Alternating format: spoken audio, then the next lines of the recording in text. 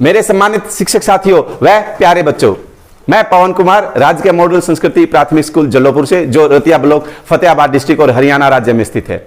हम पढ़ रहे हैं चौथी क्लास की हिंदी की पाठ्य पुस्तक रिमझिम का पाठ नंबर 7, जो कि एक कहानी है दान का हिसाब। बहुत ही मजेदार इंटरेस्टिंग कहानी है, पढ़ेंगे मजा आएगा। शाम को जाके मम्मी पापा भैया दीदी दादा दादी को सुनाना कि आज हम एक इतनी मजेदार कहानी अभी हमने सुनी और अब आपको सुनाएंगे। तो चलो बच्चों शुरू करते हैं एक कहानी जिसमें दान का हिसाब किताब। एक राजा था। राजा जी लकड़क कपड़े पहनकर, लकड़क कपड़े खूब महंगे नए फैशन के चमक दमक वाले कपड़े पहनकर यूं तो हजारों रुपए खर्च करते रहते थे, खूब खर्चा करते थे, खूब अपने पैसे ना खूब लुटाते थे। किस पर? खुद पर, नए नए कपड़े पहनने में, ठीक है, और सुंदर दिखने में। पर दान के वक्त, दान होता है जब हम किसी को कुछ देते हैं बदले में कुछ ना ले। जैसे हमारे गांव में, हमारे घर पर जब कोई कुछ मांगने आता है, कई फकीर बाबा आते हैं ना मांगने के लिए, हम उनको कुछ दान के रूप में कुछ दे देते हैं, तो वही दान होता है। तो क्या था, दान के वक्त उनकी मुट्ठी बंद हो जाती थी। मुट्ठी बंद हो जाती थी मतलब जब हम किसी को कुछ देते हैं ऐसे मुट्ठी खोल के देते हैं, और हमें जब किसी को कुछ नहीं देना होता तो मुट्ठी बंद रखते हैं ना। तो उस वक्त क्या था, राजा की मुट्ठी बंद रहती थी, मतलब वो कभी किसी को कुछ देना नहीं चाहते थे, खुद के ऊपर तो पूरा खर्च करते थे। राजसभा में एक से एक नामी लोग आते थे। राजसभा वो होती है, राजा की सभा होती है, राज दरबार होता है बच्चों, जहां पे राजा बैठते हैं और राजा के मंत्री बैठते हैं और वो अपने राज्य के लिए फैसले सुनाते हैं। वहां से फैसले लिए जाते हैं, क्या करना चाहिए क्या नहीं करना चाहिए। वहां पर नामी लोग तो आते थे, नामी लोग जिनका नाम चलता है, बड़े बड़े लोग जिनके नाम से सब कुछ हर कोई उनको जानता है। लेकिन गरीब, दुखी, विद्वान, सज्जन, इनमें से कोई भी नहीं आता था, क्योंकि वहां पर इनका बिल्कुल सत्कार नहीं होता था। सत्कार मतलब उनकी बिल्कुल भी इज्जत, कोई सम्मान नहीं किया जाता था। सिर्फ नामी लोग जिनका नाम चलता है वही लोग वहां राज दरबार में पहुंचते थे। एक बार उस देश के में अकाल पड़ गया। अकाल पड़ना मतलब जब किसी साल बारिश ना हो तो बारिश नहीं होगी तो फिर खेतों में फसल नहीं होगी, खेतों में फसल नहीं होगी तो फिर अनाज पैदा नहीं होगा, अनाज पैदा नहीं होगा तो फिर हम खाएंगे क्या। तो ऐसे बुरे हालात हो जाते हैं बच्चों। जिस साल बारिश ना हो उस समय कुछ भी नया अन्न उत्पन्न ही नहीं होता, तो अकाल, उस समय को हम कहते हैं अकाल पड़ जाना। तो उस राज्य में अकाल पड़ गया। पूर्वी सीमा, पूर्व सीमाएं होती है, पूर्व पश्चिम उत्तर दक्षिण, 4 दिशाएं होती है ना। पूर्व की तरफ से सूर्य देव निकलते हैं, तो किसी उस राज्य की जो सीमा थी, पूर्वी सीमा, जहां पूर्व की तरफ जिस तरफ से सूर्य देव आते हैं, उस तरफ के लोग भूखे प्यासे मरने लगे। भूखे प्यासे मतलब खाने को अन्न नहीं था, पीने को पानी नहीं था, अकाल पड़ा हुआ था, तो फिर मरने की नौबत आ गई, तो लोग मरने शुरू हो गए। फिर क्या हुआ, राजा के पास खबर आई। अब ये बात उड़ती उड़ती चलती फिरती राजा के पास पहुंच गई।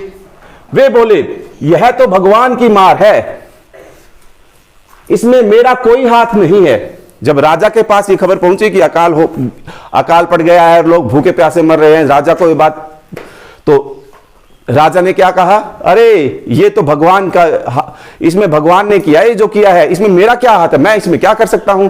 ये तो भगवान ने कर दिया अकाल, तो भगवान ने बारिश नहीं की। ये राजा के शब्द थे प्यारे बच्चों, राजा ने ऐसा बोला। लोगों ने कहा, महाराज राज भंडार से हमारी सहायता करने की कृपा करें।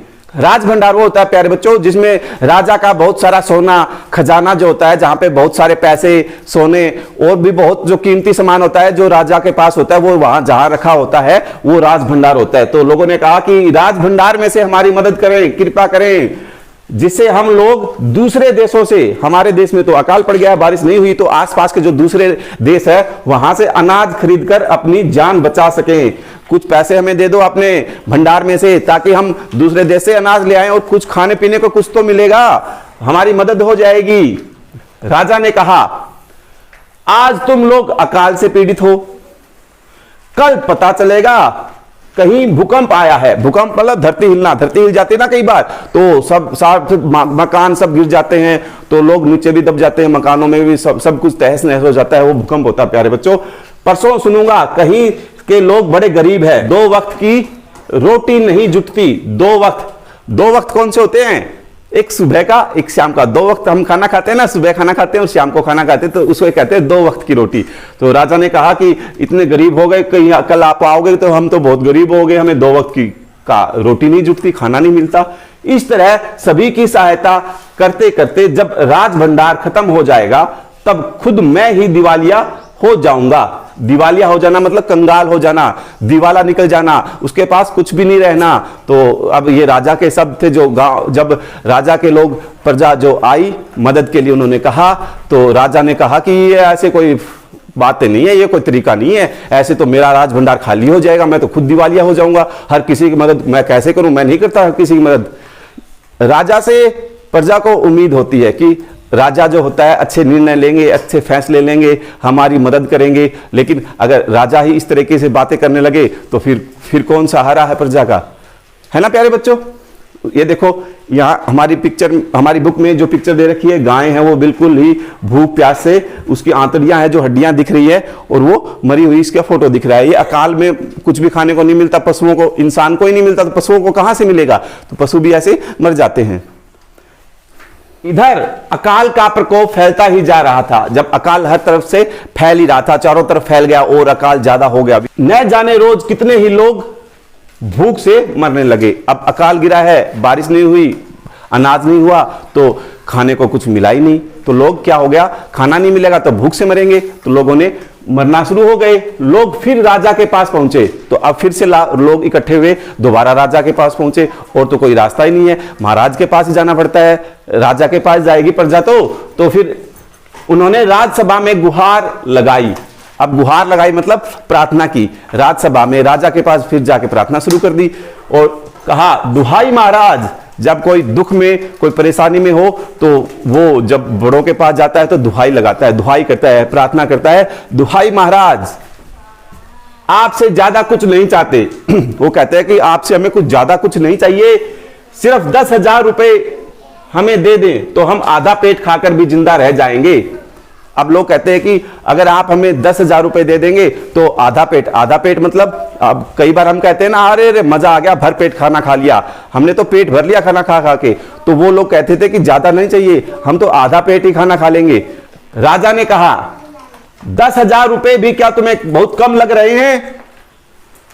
10,000 रुपए क्या तुम्हें बहुत कम लग रहे हैं? और उतने कष्ट से जीवित रहकर लाभ ही क्या? अब इतना जो कष्ट सह रहे हो तुम, इतने कष्ट में तुम्हें जीवित रहने का क्या लाभ है? राजा ने कहा, यह बात राजा ने कही बच्चों, राजा ने अपने प्रजा को यह कहा। एक व्यक्ति ने कहा, भगवान की कृपा से लाखों रुपए राजकोष में मौजूद हैं। व्यक्ति, एक तब जो आए हुए थे व्यक्ति, उनमें से एक ने कहा, महाराज भगवान की कृपा से आपके राजकोष में, राज भंडार में लाखों रुपए मौजूद है, भरा पड़ा है वो पूरा राजकोष, आपका राज भंडार, उसमें कोई कमी नहीं है। जैसे धन का सागर हो, सागर मतलब समुद्र, समुद्र में पानी पानी होता ना, भरा हुआ होता है पूरा, पानी की हर तरफ पानी पानी दिखता है, वैसे ही वो कह रहे हैं आपका जो राजकोष है, राज भंडार है, वहां पे धन कैसे रखा है, जैसे सागर हो, पानी का भरा हुआ सागर हो, वैसे ही आपका राजकोष है, वो धन से भरा हुआ है। उसमें से एक आध लोटा ले लेने से महाराज का क्या नुकसान हो जाएगा? अब जो सागर भरा, सागर समुद्र में से अगर एक लोटा पानी भर के हम निकाल लें तो समुद्र को कोई फर्क नहीं पड़ता प्यारे बच्चों। तो इसी प्रकार धन से उसका राजकोष भरा हुआ था। उस व्यक्ति ने कहा कि अगर एक लोटा निकाल के राजकोष में से 10,000 रुपए अगर हम हमें दे दें तो आपके राजकोष में लाखों उसका भरा हुआ भंडार है, कोई फर्क नहीं पड़ेगा महाराज। अरे बच्चों, ये पिक्चर में, इस तस्वीर में हमें दिखा रहा है, ये महाराज है और ये वो जो भूखे अकाल पीड़ित व्यक्ति है वो शरण में गए हुए हैं और प्रार्थना कर रहे हैं, दुहाई कर रहे हैं और ऐसे हाथ जोड़ के कि हमें, हमारी मदद कीजिए, हम भूखे हैं, हम अकाल की वजह से हमें खाने को खाना नहीं मिल रहा है, अनाज नहीं मिल रहा है। तो ये गुहार लगा रहे हैं राजा के सामने और राजा ऐसे पूरे हाव भाव दिख रहे हैं ना, आंखें निकाल के ऐसे उंगली करके कह रहे हैं कि नहीं, ज्यादा मांग रहे हो, नहीं देंगे, मैं तो खुली दिवालिया हो जाऊंगा ऐसे करूंगा तो। राजा ने कहा, राजकोष में अधिक धन है तो क्या उसे दोनों हाथों से लुटा दूं? अब राजा कह रहा कि मेरे राजकोष में बहुत सारा धन है, तो उसका मतलब ये तो नहीं होगा ना कि मैं अपने दोनों हाथों से देना शुरू कर दूं, लो ये लो, आप भी ले लो, आप भी ले लो, ऐसा नहीं करूंगा मैं। एक अन्य व्यक्ति ने कहा, महल में प्रतिदिन हजारों रुपए इन सुगंधित वस्त्रों, मनोरंजन और महल की सजावट में खर्च होते हैं। यदि इन रुपयों में से ही थोड़ा सा धन जरूरतमंदों को मिल जाए तो वह उन दुखियों की जान बच जाएगी। अब एक व्यक्ति ने कहा कि महाराज, महल में हजारों रोज, प्रतिदिन मतलब हर रोज हजारों रुपए कहां कहां लगते हैं? सुगंधित वस्त्रों में जो राजा पहनते हैं, मनोरंजन में, नाच गाने में, महल की सजावट में, महल को सुंदर बनाने में, इनमें रुपए लगते बहुत ज्यादा। अगर थोड़े से रुपए हमें मिल जाएं, दुखियों को जान बच जाएगी। यह सुनकर राजा को क्रोध आ गया। अब राजा गुस्से में आ गए। वह गुस्से में बोला, खुद भिखारी होकर मुझे उपदेश दे रहे हो? मेरा रुपया है, मैं चाहे उसे उबाल कर खाऊं। उबाल कर, सब्जी को उबाल कर खाते हैं ना, चाहे तलकर, तलकर पकोड़ों को तल के खाते हैं, है ना, तो चाहे उबाल कर खाऊं चाहे तलकर, मेरी मर्जी, मेरी मर्जी भाई। तुम अगर इसी तरह बकवास करोगे तो मुश्किल में पड़ जाओगे, इसलिए इसी वक्त तुम चुपचाप खिसक जाओ। अब राजा है, गुस्सा आ गया तो आ गया भाई। प्रजा वहां गई हुई थी, वो तो अपनी मिन्नत निकाल रही थी, प्रार्थना कर रही थी कि रहम दया करो, कुछ दो हमें भी। तो लेकिन राजा तो अपनी बात पड़े हुए थे और गुस्सा और हो गए कि यहां से चले जाओ वरना खैर नहीं है। अब राजा तो कुछ भी फैसला सुना सकते हैं, जेल में डालने के लिए कह सकते हैं, तो कह रहे हैं कि मुश्किल हो जाएगी, यहां से चले जाओ, मेरे सामने मत बोलो, बकवास मत करें। का क्रोध देखकर लोग वहां से चले गए। अब राजा का गुस्सा देख के, राजा के गुस्से के आगे कौन रुके? कोई नहीं रुका और वहां से चले गए। राजा हंसते हुए बोला, अब राजा पीछे से हंस रहा था भाई, देखो कैसा राजा है। छोटे मुंह बड़ी बात, अगर 100-200 रुपए होते तो एक बार सोच भी सकता था। पहरेदारों की खुराक 2-4 दिन कम कर देता और यह रकम पूरी की भी हो जाती, मगर 100-200 से इन लोगों का पेट नहीं भरेगा। एकदम 10,000 मांग बैठे। छोटे लोगों के कारण नाक में दम हो गया है। अब ये देखो बच्चों, राजा की बात, राजा ने क्या बात कही उनके जाने के बाद भी। छोटा मुंह, गरीब आदमी है और बड़ी बड़ी बातें कर रहे हैं। 100-200 रुपए मांग लेते तो मैं सोच भी लेता। जो अपने पहरेदार है, जो महल में पहरा दे रहे हैं, उनका मैं खाना बंद कर देता एक दिन का, तो पैसे तो मेरे पूरे हो जाते। लेकिन इन्होंने तो 10,000 मांग लिए एकदम, और नाक में दम कर रखा इन्होंने तो। मेरे नाक में दम, ये मुहावरा है, मतलब परेशान करना।